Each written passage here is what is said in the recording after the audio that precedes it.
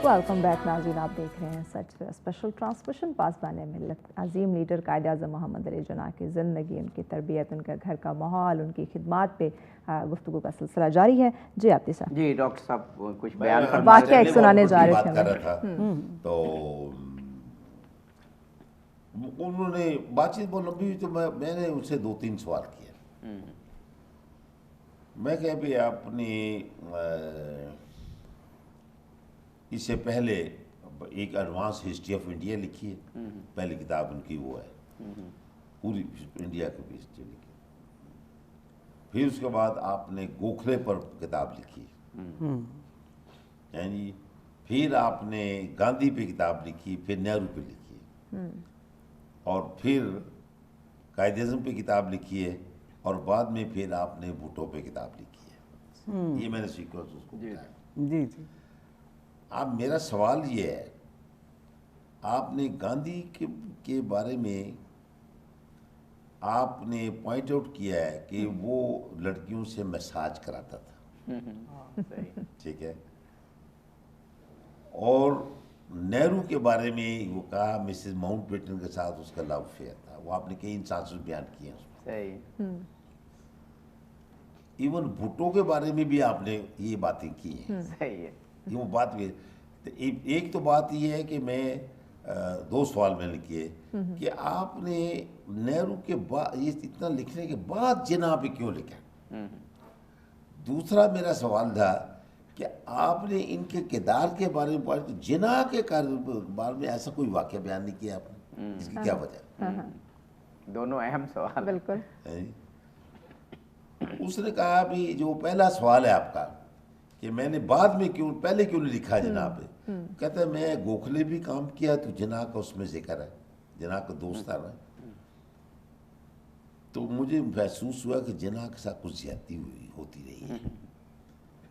फिर गांधी पे काम किया है तो फिर मुझे और ज्यादा मेरा बिलीफ स्ट्रांग हो गया है कि बहुत ज्यादती हुई है। नेहरू पे उन्होंने इस कायद-ए-आज़म की चीज़ों को ट्विस्ट करके पेश किया। उस रिकॉर्ड को ठीक करने के लिए मैंने ये किताब लिखी है। वाह,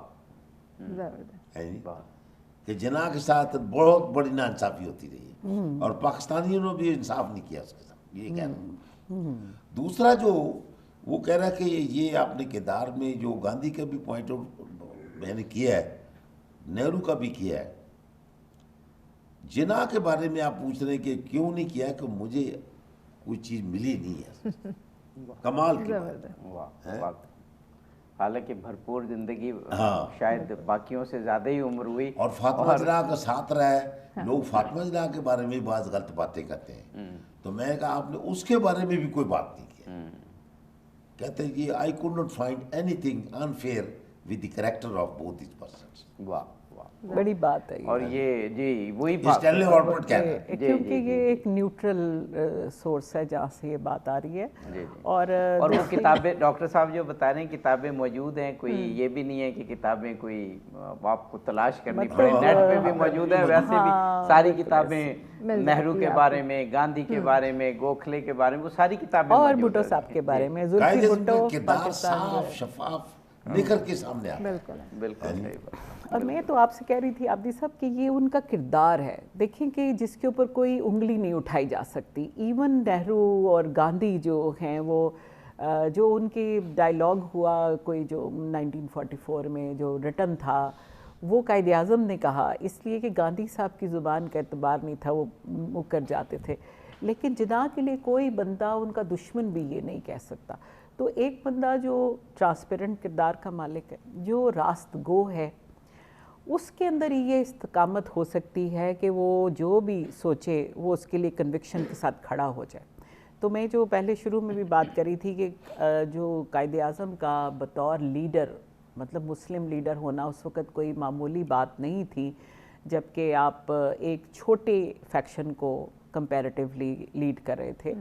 तो बाद में आप इसके ऊपर बात करेंगे जब उनकी लीडरशिप पे बात करेंगे, लेकिन उसके अंदर वो इस्तकामत उनकी ज़ात से आ रही थी, और वो उनका किरदार था कि जो बिल्कुल फ्लॉलेस था। वरना नेहरू साहब के इसके अलावा भी काफ़ी अफेयर्स थे जो पहले थे, जब जुल्फी भुट्टो पाकिस्तान तो हम पढ़ ही नहीं सकते, जो स्टैनले वॉलपोर्ट ने शायद it was a missed opportunity, क्योंकि उन्होंने उनकी लीडरशिप से ज़्यादा उनकी पर्सनल लाइफ पे लिखा हुआ है।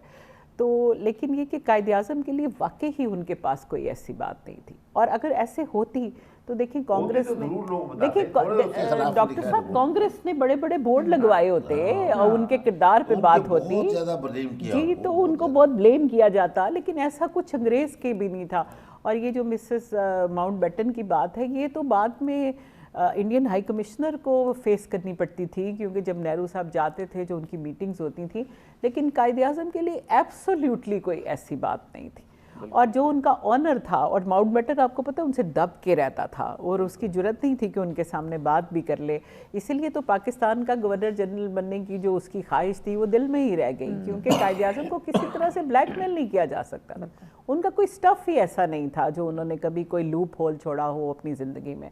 और जैसे भी सरोजनी नायडू साहिबा का जिक्र कर रहे थे, वो उनकी बहुत अच्छी दोस्त थी और वो उनकी कुलीग के हैसियत से थी, लेकिन उनका एक ऑनर का रिश्ता था, और ये तभी होता है जब आपकी ज़ात की कमज़ोरियाँ कोई आपने लोगों को दी नहीं होती। जी बिल्कुल सही है।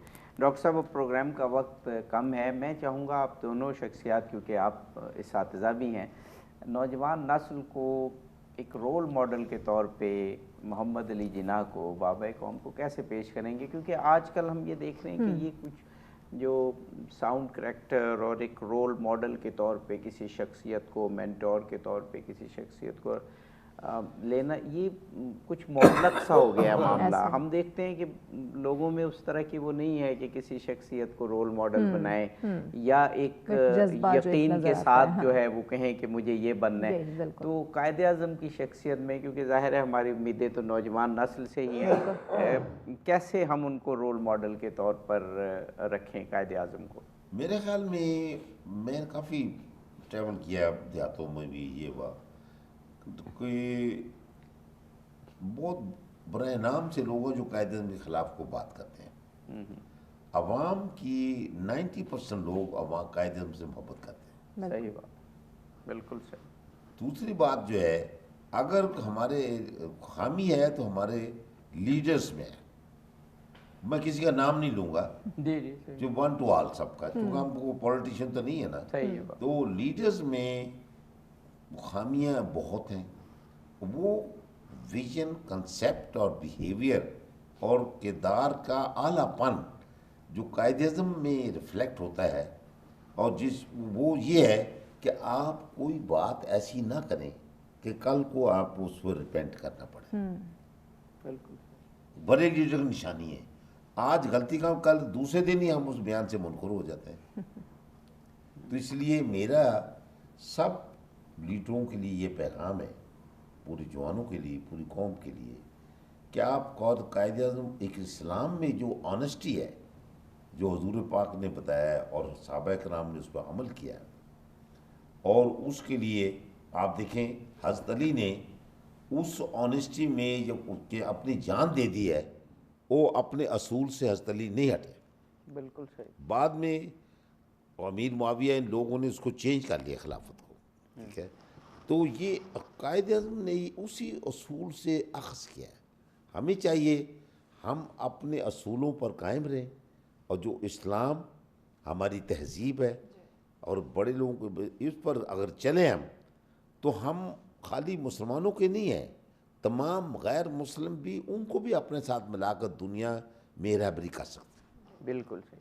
डॉक्टर साहिबा आप तो ज़ाहिर है नौजवान नस्ल से बहुत ज़्यादा अटैच हैं, यूनिवर्सिटी में पढ़ाती हैं, आप क्या समझती हैं कि अगर नौजवान नस्ल को यकसुई देनी है, उनको एक आज़म देना है, स्पिरिट देनी है, तो कायद-ए-आज़म की शख्सियत से क्या इंस्पिरेशन हमें मिल सकती है?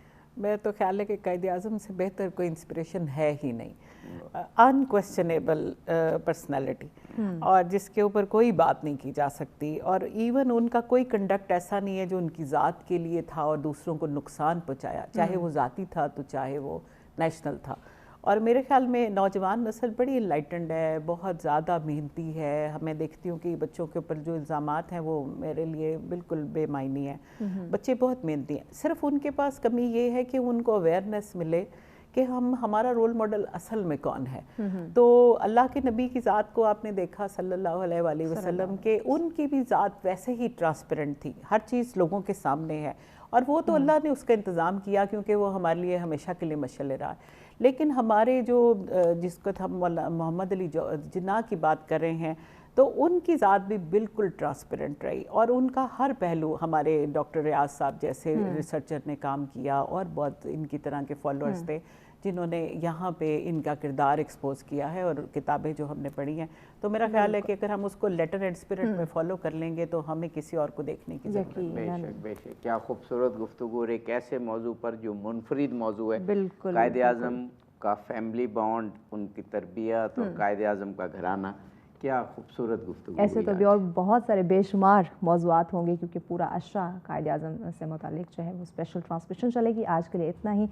یقیناً جب ہم دیکھتے ہیں قائد کی انتھک محنت دیکھتے ہیں, ان کی جذبہ ایمانی دیکھتے ہیں, اسی کی بدولت آج یہ جو پاکستان کی صورت میں ایک آزاد ملک ہمیں ملا, انہی کی محنت کی وجہ سے جو ہے ہمیں ملا. تو اس طرح کے اور بہت سارے موضوعات ہمارے سامنے آئیں گے جو میرے لیے, آپ کے لیے, ہم سب کے لیے یقیناً بہت ہی ہیلپ فل ثابت ہوں گے. ان کی لائف کے بارے میں ہم یقیناً جانیں گے. آج کے لیے اتنا ہی, ہمیں اجازت دیجیے. اللہ نگہبان.